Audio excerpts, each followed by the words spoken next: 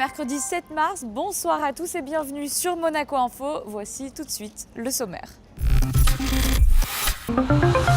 Les tortues marines au cœur d'un vaste programme de conservation au musée océanographique. Eternity Vision à la Métagalerie, l'artiste Jennifer Dess propose une exposition d'iris de célébrités. Nous vous présenterons son travail. Nous arpenterons les allées de la 12e rencontre artistique Monaco-Japon qui s'est tenue le week-end dernier à l'auditorium Régnier 3. Et en fin d'édition, nous rejoindrons notre invité du mercredi. Le directeur de l'INSEE, Lionel Galfrey, nous révélera les résultats du recensement 2016 paru récemment. Il y a quelques mois, nous vous parlions de la publication d'un ouvrage du directeur de l'Institut océanographique Robert Calcagno sur les tortues marines. Ces dernières sont au cœur d'un vaste programme de conservation. Le reportage de Patricia Navarro. Après les requins ou les méduses, espèces emblématiques du milieu marin, l'Institut océanographique de Monaco a décidé de mettre en lumière les tortues marines. Un vaste programme a été mis en place, de la parution d'un ouvrage qui leur est entièrement dédié à des initiatives en matière de sensibilisation et conservation. Les tortues marines doivent en effet faire face à de nombreux dangers pour elles. Le risque principal direct pour les tortues, ce sont les humains qui prennent les œufs ou leur chair. Ils les chassent dans la mer ou prennent leur carapace. Mais il y a des fléaux qui se développent, tels que la pollution des océans et les changements climatiques. L'implication de l'Institut océanographique au service de la conservation des tortues marines se traduit aussi sur le terrain. Lors de l'escale au Cap-Vert des explorations de Monaco, avec le prince souverain, un guide de sensibilisation a ainsi été distribué aux jeunes Cap-Verdiens. On a souhaité que les tortues marines trouvent leur place et que l'Institut océanographique, mais Monaco plus généralement avec les explorations, puissent s'engager sur le terrain pour aller voir concrètement comment, sur un des sites les plus importants de la région pour la reproduction des tortues vertes, la conservation pouvait se faire, comment la population surtout ressentait cette présence des tortues. Je pense que les gens maintenant sont mieux informés et connaissent mieux l'importance des tortues, leur rôle majeur au Cap-Vert et plus généralement dans le monde. Bien sûr, cela a été un dur travail d'éducation dans les écoles et auprès des communautés, mais il y a eu une nette amélioration. Autre volet du vaste programme sur les tortues marines de l'Institut océanographique, c'est à la fin de cette année que devrait ouvrir au musée océanographique le centre de soins qui leur sera entièrement dédié. La Métagalerie présente l'exposition Eternity Vision des œuvres de l'artiste Jennifer Dess qui prend en photo l'iris des yeux de personnalités. Dominique Poulain vous présente son travail. En poussant les portes de cette galerie, le visiteur est entraîné dans un monde à part et il a l'impression d'être observé. Mais ce n'est qu'une impression. Sur les murs, les œuvres de la photographe belge Jennifer Dess, qui s'intéresse à l'art visuel. Elle prend en photo l'iris d'individus, la partie colorée de l'œil qu'elle fige ensuite dans un univers cosmique. Mon travail il consiste à travailler sur l'empreinte rétinienne. L'œil est comme notre ADN, nos empreintes digitales, c'est propre à notre identité. Et lorsque vous agrandissez un œil, je travaille donc en photo macro, ça ressemble à une planète. Et l'idée était de vous remettre dans l'univers, de redéfinir un fond stellaire autour de votre œil. IceD Project est une démarche originale pour montrer l'individu à partir de son œil, de son iris. Vu de près, l'œil ressemble plus à un paysage volcanique qu'à un organe humain. Les œuvres exposées sont des portraits de personnalités, comme Christophe Lambert, Jean-Paul Belmondo, Robert Hossein, les frères Bogdanov, Cécile de France ou encore le prince Albert II, qui a accepté de participer à ce projet en photographiant son empreinte rétinienne et qui a découvert son portrait lors du vernissage.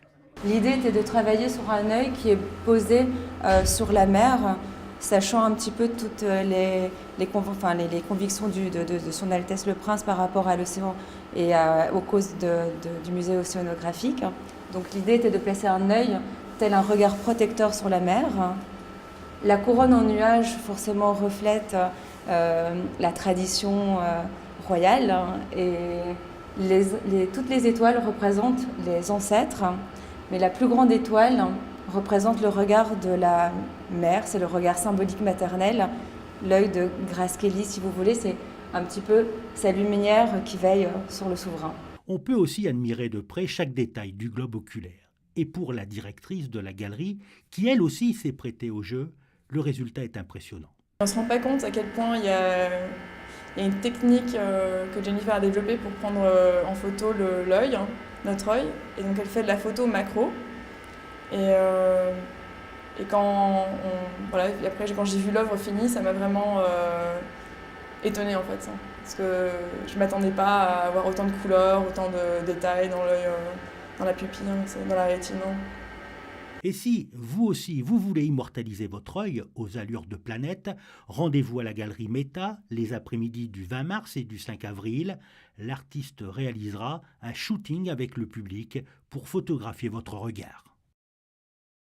Ce week-end avait lieu la 12e rencontre artistique Monaco-Japon, un événement qui incarne la pérennité des échanges culturels existants depuis de nombreuses années entre ces deux pays. Reportage. Il soufflait comme un air de Japon à l'auditorium Régnier 3, défilé de kimono et cérémonie du thé vert matcha pour accompagner cette 12e rencontre artistique Monaco-Japon. 200 artistes ont répondu à l'appel cette année, une centaine venus du Japon pour l'occasion et des artistes résidents de la principauté du comité monégasque AIAP UNESCO. C'est toujours une belle surprise, chaque année ça va en augmentant. Que ce soit du côté des artistes du comité monégasque, mais aussi des artistes japonais. Il n'y a pas de thème particulier, comme vous disiez très bien, c'est un problème d'échange. Pas un problème d'ailleurs, c'est une solution d'échange. Tout simplement, c'est parce qu'on avait envie de confronter nos travaux.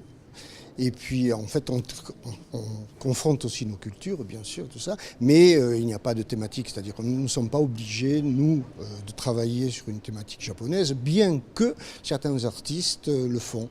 Ce petit clin d'œil que l'on fait volontiers avec nos amis du Japon. Des peintures, sculptures ou photographies exposées le temps d'un week-end, un événement qui marque le lien important établi depuis de nombreuses années entre ces deux pays. Avant, il y avait une manifestation qui s'appelait Festival du Japon Monaco-Côte d'Azur. Et c'est là que nous, entre guillemets japonais, vu que je représente les japonais, on a contacté le comité AIAP UNESCO qui s'est joint à nous et la manifestation est devenue totalement rencontre artistique Monaco-Japon. Et avant, il y a beaucoup plus que ça, c'est-à-dire en 1997, ça va faire 21 ans maintenant, la manifestation s'appelait Festival du Japon à Monaco. Et là, réunissait toutes sortes d'artistes, évidemment japonais. C'était pour les 700 ans des Grimaldi, pour célébrer. Évidemment, plein d'artistes monégasques, mais surtout aussi azuréens. Créativité, tradition et modernité auront été cette année encore au rendez-vous pour offrir au public un moment d'évasion.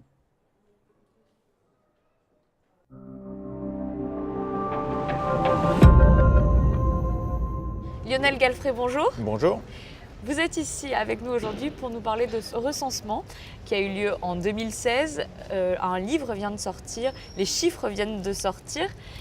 Est-ce qu'avant de parler de ces résultats, on peut revenir sur le contexte? Le recensement en principauté se déroule en moyenne tous les 10 ans, c'est ça? Il a pour objectif de compter et de mieux se rendre compte du type de population que l'on trouve ici en principauté, mais pas seulement. Et pas seulement, effectivement, le recensement, c'est un exercice qui est très ancien dans la statistique, qui existe depuis la nuit des temps. L'objectif, c'est de compter sa population pour organiser la vie sociale et pour que les politiques publiques puissent se mettre en œuvre au service de cette population. Donc un long travail de la part de vos équipes depuis 2016. Les chiffres viennent de sortir. Qu'est-ce qui en ressort finalement? Quel portrait de la population on peut faire? Alors c'est un long travail effectivement, vous l'avez dit, de la part de nos équipes, mais on est satisfait à la fin dans le sens où on a ce portrait robot de la population monégasque. Donc aujourd'hui, on peut dire qu'à l'époque du recensement, à l'été 2016, la principauté comptait 37 308 habitants. On peut mesurer l'évolution de la population qui est constante depuis les années 60 à peu près constante.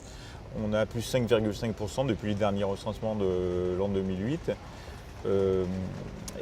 On sait que cette population elle a des caractéristiques très internationales qui sont confirmées par le recensement avec 139 nationalités, des communautés historiques qui sont très présentes, les Français en tête, les Monégasques qui sont juste derrière, et puis les Italiens qui complètent ce trio de têtes qui est un peu historique en principauté. Une quatrième composante de la population, c'est des gens qui ne sont ni monégasques, ni français, ni italiens, mais qui ont une myriade de nationalités, et eux représentent à peu près 35% de cette population. Et alors quel type d'individus, on va dire peut-être plus sur hommes, femmes, âge moyen, ce genre de chiffres? Alors aujourd'hui, on peut dire que la principauté est composée à peu près à part équivalente d'hommes et de femmes, 51% de femmes, 49% d'hommes. C'est une population qui vieillit, ça c'est un phénomène qu'on rencontre dans nos pays voisins, sur notre continent. L'âge moyen aujourd'hui c'est 46,4 ans, un âge moyen qui augmente et qui témoigne du vieillissement de cette population. D'ailleurs, la tranche de population qui se développe le plus depuis le dernier recensement, c'est la tranche des personnes supérieures à 65 ans, qui représente à peu près 26% de la population aujourd'hui. Donc un vieillissement de la population qu'on constate. On sait que c'est une population qui est plutôt active. On a 15 000 actifs qui sont résidents en principauté. On a un petit pays de 2 km² avec une forte densité, mais justement, est-ce que cette densité se répartit équitablement, on va dire, entre les quartiers? Alors, effectivement, aujourd'hui, la principauté est peuplée partout. Mais par contre, on a des quartiers qui concentrent la majeure partie de la population, ou la plus grande partie de la population, c'est-à-dire l'est de Monaco. Les plus gros quartiers étant Monte-Carlo et La Rousse, comme au dernier recensement. Et le quartier le plus petit, le moins peuplé, étant Monaco-Ville avec moins de 1000 habitants, alors que Monte-Carlo en compte plus de 8000. Et ça, c'est des choses qui sont historiques et qu'on constate de recensement en recensement. Voilà où les gens habitent aujourd'hui en principauté. Et justement, lors du recensement, lorsque vous êtes déplacés, vos équipes se sont déplacées dans les foyers monégasques, une fiche individuelle a été donnée, mais également une fiche de foyer. Là-dessus, il y a d'autres informations donc, que uniquement l'âge, le sexe des personnes. On sait aussi le nombre d'ordinateurs, de télévisions. C'est des informations sur le quotidien peut-être? Oui, alors on va vraiment à la rencontre de la population pour savoir quel est son profil, comment elle vit et quel est l'environnement dans lequel elle vit. Donc effectivement, par le biais de ces feuilles de logement, on arrive à savoir, à connaître la composition des foyers. On sait que les gens aujourd'hui vivent dans des appartements par rapport au dernier recensement en 2008. On voit que la proportion d'appartements petits et la proportion d'appartements très grands a augmenté. Donc on voit ça. On voit que les gens sont légèrement plus nombreux au sein de chaque appartement. Voilà les évolutions qu'on a pu constater. Et puis on voit aussi, par exemple, dans l'équipement des foyers, que les gens ont chaque appartement, chaque logement, chaque résidence principale a en moyenne 1,4 voitures. Voilà. On sait que la marche à pied est le mode de transport préféré des habitants. C'est une bonne nouvelle. Voilà. Et ensuite, pour l'équipement, on sait que on s'est focalisé un peu cette année, on a mis un peu le focus sur les équipements informatiques. Et on voit que la population monégasque est connectée, plus de 80% des logements ont une connexion Internet. Et puis on voit des phénomènes qui se passent au niveau de l'équipement informatique des logements. On avait vu arriver lors des précédents recensements, il y a 10 ans, il y a 8 ans, il y a 10 ans, il y a 20 ans, on avait vu arriver les ordinateurs, se développer les ordinateurs. Et aujourd'hui, on voit que c'est la tablette qui se développe, la tablette qui prend le pas sur les ordinateurs. Et puis on voit des différences entre, par exemple, quelque chose qui est intéressant, entre les foyers dans lesquels vit un mineur et les foyers qui n'ont pas de mineur. Et on voit que les foyers qui ont un mineur en leur sein sont beaucoup plus équipés d'appareils informatiques, par exemple, et notamment de tablettes. Et ensuite, on peut dire aujourd'hui, en principauté, on a 0,9 téléphones portables par habitant. Voilà, chose qu'on ne savait pas avant. Donc on a mis le focus là et on voit ces évolutions technologiques qui ne sont que le reflet de notre société, que nous on a pu mettre des chiffres dessus, et qui s'inscrivent dans un mouvement qui est international. Et nos compagnons à quatre pattes, ou autres d'ailleurs, sont également recensés. Alors c'est une spécificité du recensement en principauté. Ça ne se fait pas dans les autres recensements. En principauté, on recense les animaux domestiques. Et on sait aujourd'hui qu'un appartement sur 5, une résidence principale sur 5, accueille un animal. Et dont majoritairement ce sont des chiens. Merci beaucoup. On rappelle que tous ces chiffres sont consultables sur le site de l'INSEE, évidemment, mais également dans ce livret qui a été largement distribué en principauté, c'est ça? Oui. Alors nos résultats sont disponibles sur notre site internet, le site de l'INSEE, dans ce recueil qui est en ligne, et aussi l'ensemble des tableaux statistiques pour ceux qui voudraient aller plus loin dans la connaissance plus fine des choses. Il y a 193 tableaux, je crois, près de 200 tableaux qui sont disponibles en ligne sur notre site internet. Merci beaucoup Lionel Galfray. Je vous en prie. Voici pour l'essentiel de l'actualité en principauté. Passons à présent aux prévisions météo de ces prochains jours.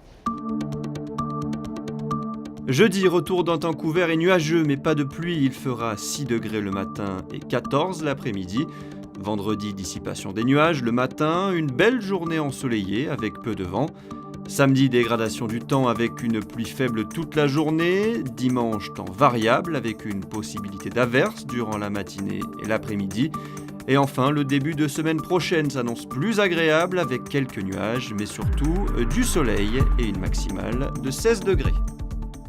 C'est la fin de ce journal. Merci de nous avoir suivis. Je vous souhaite à tous une excellente soirée sur Monaco Info.